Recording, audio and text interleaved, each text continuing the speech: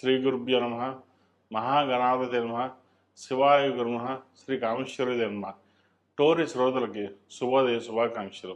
నేను మీ సోమేశ్వర శర్మ సిద్ధాంతి. మేషం నుండి మీనం వరకు ఉన్నటువంటి రాశి ఫలితాలు నా పరిజ్ఞాన సంఘర్షణ మేరకు ఈ వారం రాశి ఫలితాలను తెలియజేస్తాను. ఈ రాశి ఫలితాలు జూలై 12వ తారీఖు నుండి 18వ తారీఖు వరకు వర్తిస్తాయి. ముందుగా గోచారం. వృషభ రాశిలో కుజుడు, మిథున రాశిలో రవి బుధులు, కర్కాటకంలో గురువు, సింహంలో శుక్రుడు కేతువు, కుంభరాశిలో రాహువు, మేన్ రాశిలో శని. తదుపరి మేన్ రాశి. మేన్ రాశి వారికి ఈ వారం చాలా వరకు అనుకూలంగా ఉంది. లాభాధిపతి వ్యయాధిపతి అయిన శని జన్మరాశిలో బలంగా ఉన్నారు. వీరికి ఏలినాడు శని నడుస్తుంది. అయినప్పటికీ అష్టక వర్గులోను సర్వాష్టక వర్గులో శని చాలా వరకు బలంగా ఉన్నారు. ద్వితీయ భాగ్యాధిపతి అయిన కుజుడు తృతీయ స్థానంలో ఉన్నారు. చతుర్థ సప్తమాధిపతి అయిన బుధుడు చతుర్థంలో ఉన్నారు. షష్టమాధిపతి అయిన రవి కూడా చతుర్థ స్థానంలో ఉన్నారు. తృతీయ అష్టమాధిపతి అయిన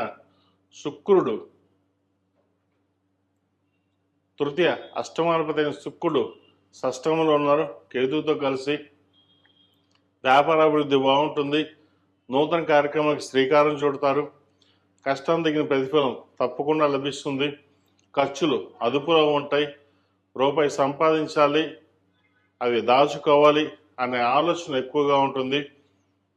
అదేవిధంగా నూతన వ్యాపారం ప్రారంభించాలని ఆలోచన చేస్తారు. రియల్ ఎస్టేట్ రంగంలో ఉన్న వారికి, సాఫ్ట్వేర్ రంగంలో ఉన్న వారికి, కాస్మెటిక్స్, బ్యూటిషియన్, సినీ కళారంగంలో ఉన్న వారికి చాలా వరకు అనుకూలంగా ఉంది. నూతన వ్యాపారం ప్రారంభించేటప్పుడు వినాయకుడికి 101 రూపాయి ముడుపు కట్టి వినాయకుడు కొబ్బరికాయ కొట్టి ఆ పని ప్రారంభించండి. ఎటువంటి విఘ్నాలు లేకుండా చక్కగా అది పూర్తవుతుంది. అదేవిధంగా స్నేహితుల్లో కూడా ఒకరు మీకు సహాయ సహకారాలు అందిస్తారు. ఎక్కడికి వెళ్ళినా సరే పేరు ప్రఖ్యాతలకి కొదవ ఉండదు. కష్టానికి తగిన ప్రతిఫలం ఈ వారం లభించిన సంతృప్తినిస్తుంది. ఈ రాశిలో మించిన విద్యార్థులు చదువు మీద శ్రద్ధ పెట్టడం చెప్పదగినది. వీరికి ఏలినాడు శని నడుస్తుంది. రాశ్యాధిపతి దశమాధిపతి అయిన గురువు పంచమ స్థానంలో బలంగా ఉంది. దూర ప్రాంత విద్య కావచ్చు, విదేశీ సంబంధించిన విషయాలు కావచ్చు, వీరు సానుకూల పడుతుంది. విదేశాలు వెళ్ళాలనుకునే వారికి కాస్త ఆలస్యం అయ్యే అవకాశం గోచరిస్తుంది. ఆలస్యం అయినా సరే ప్రయత్నాలు ప్రారంభం చేయండి. దూర విద్య కోసం చేసే ప్రయత్నాలు కలిసి వస్తాయి. ఈ రాశిలో జన్మించిన స్త్రీలకు వృత్తి ఉద్యోగాల పరంగా, వ్యాపార పరంగా కొంత మానసికమైన ఒత్తిడి అనేది ఉంటుంది. ఏ పని చేసినా ఒత్తిడిలోనే చేయాలి. అయితే ధనంకి ఎటువంటి ఇబ్బంది ఉండదు. రావాల్సిన ధనం ఏదైతే ఉందో అది చక్కగా వస్తుంది. ఖర్చు కూడా అలాగే ఉంటుంది. 1 రూపాయికి 30 రూపాయలు ఖర్చు పెడతారు. అది ఎందుకు ఖర్చు పెడుతున్నారో, ఎలా ఖర్చు పెడుతున్నారో అవన్నీ ఆలోచన ఉండదు. కానీ ఖర్చు మటుకి ఇది ఖర్చు పెట్టాలి, చెయ్యాలి అనే ఆలోచన ధోరణితోనే ఉంటారు. భవిష్యత్ సంకల్పం డబ్బు వస్తుంది, అలాగే ఖర్చు పెడతానుకుంటారు. కానీ భవిష్యత్తును దృష్టిలో పెట్టుకుని సాధ్యమైనంత వరకు సేవింగ్స్కి వెళ్ళండి. 10 మంది గొప్పకు పోయి 10 మంది మేము గొప్పగా ఉన్నారు, మీకు బాగున్నారు, మీరు చక్కగా ఇన్వెస్ట్మెంట్ చేస్తారని చెప్పి మిమ్మల్ని ఇన్వెస్ట్మెంట్ చేయిస్తారు. తర్వాత నష్టపోయేది మీరే. ఏదైనా సరే డబ్బు ఉన్నప్పుడే దాచుకోవడం చెప్పదగింది. ఎందుకంటే చెంచు లక్ష్మి ఒక చోట నిలబడదు.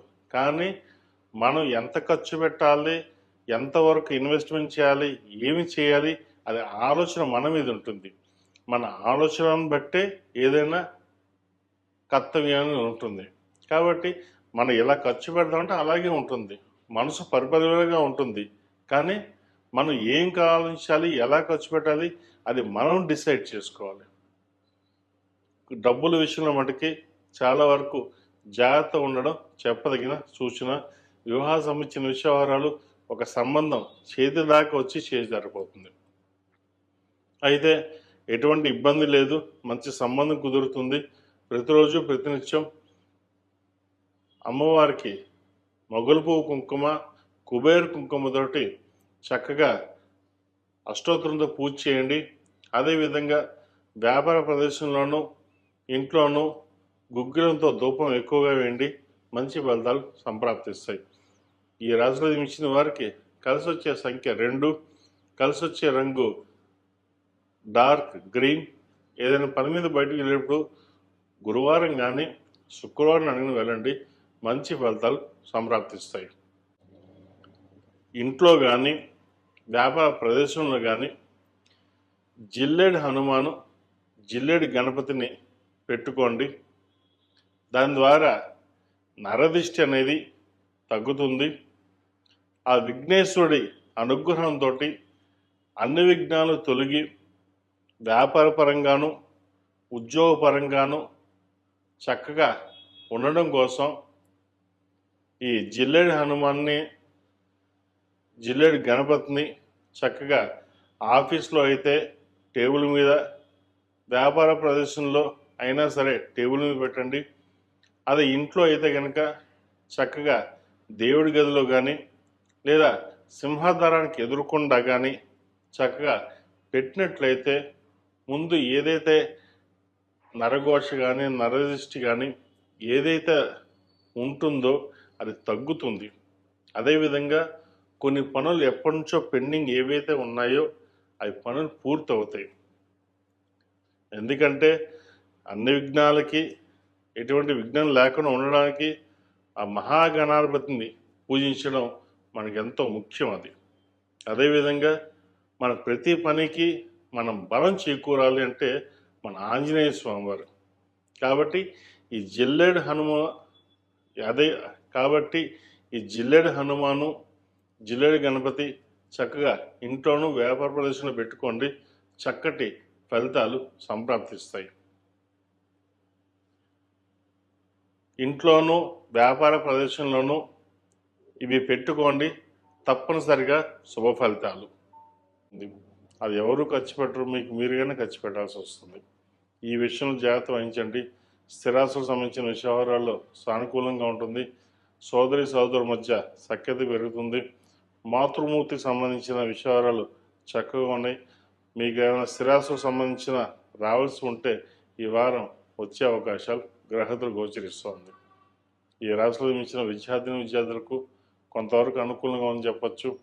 నూతన ఉద్యోగ ప్రయత్నాలు చేసేవారికి అనుకూలం. నూతన విద్య కోసం దూర ప్రదేశాలకు వెళ్ళే అవకాశాలు ప్రయత్నం చేయండి. మంచి యూనివర్సిటీలో సీట్ వస్తుంది. అదేవిధంగా చదువు మీద ఎంత శ్రద్ధ పెట్టినట్టయితే అన్ని మంచి అవకాశాలు కలిసి వస్తాయి.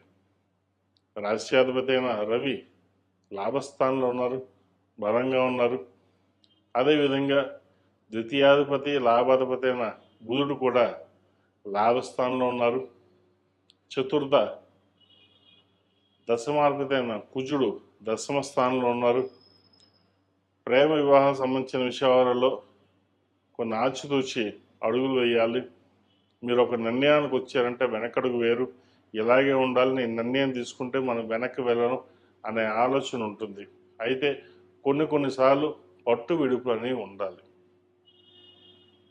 భవిష్యత్తు బాగుండాలంటే అన్ని రకాలుగా ఆలోచించాలి. ఆలోచించకుండా సొంత నిర్ణయాలు తీసుకోవడం వల్ల నష్టపోయే అవకాశం గోచరిస్తుంది. వాటి విషయంలో జాగ్రత్త వహించండి.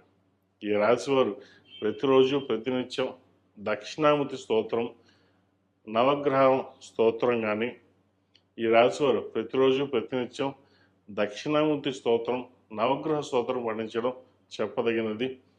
అదేవిధంగా మంగళవారం నాడు, శుక్రవారం నాడు లక్ష్మీ తమూర్తులతోటి దీపారాధన చేయడం, శనివారం నాడు నవగ్రహ ఒత్తులతో దీపారాధన చేయండి. ఈ అష్టమ శని నడుస్తుంది కాబట్టి కొంతవరకు శని దోషం అనేది తగ్గుతుంది. ఈ రాశిలో జన్మించిన వారికి కలిసి వచ్చే సంఖ్య 1, కలిసి వచ్చే రంగు తెలుపు. ఏదైనా పని మీద బయటకు వెళ్ళేటప్పుడు ఆదివారం కానీ గురువారం అడిగిన వెళ్ళండి. మంచి ఫలితాలు సంప్రాప్తిస్తాయి. ఈ రాశి వారికి పంచమ అష్టమాధిపతి అయిన గురువు వ్యయంలో ఉన్నారు. ఖర్చులు అధికంగా ఉంటాయి.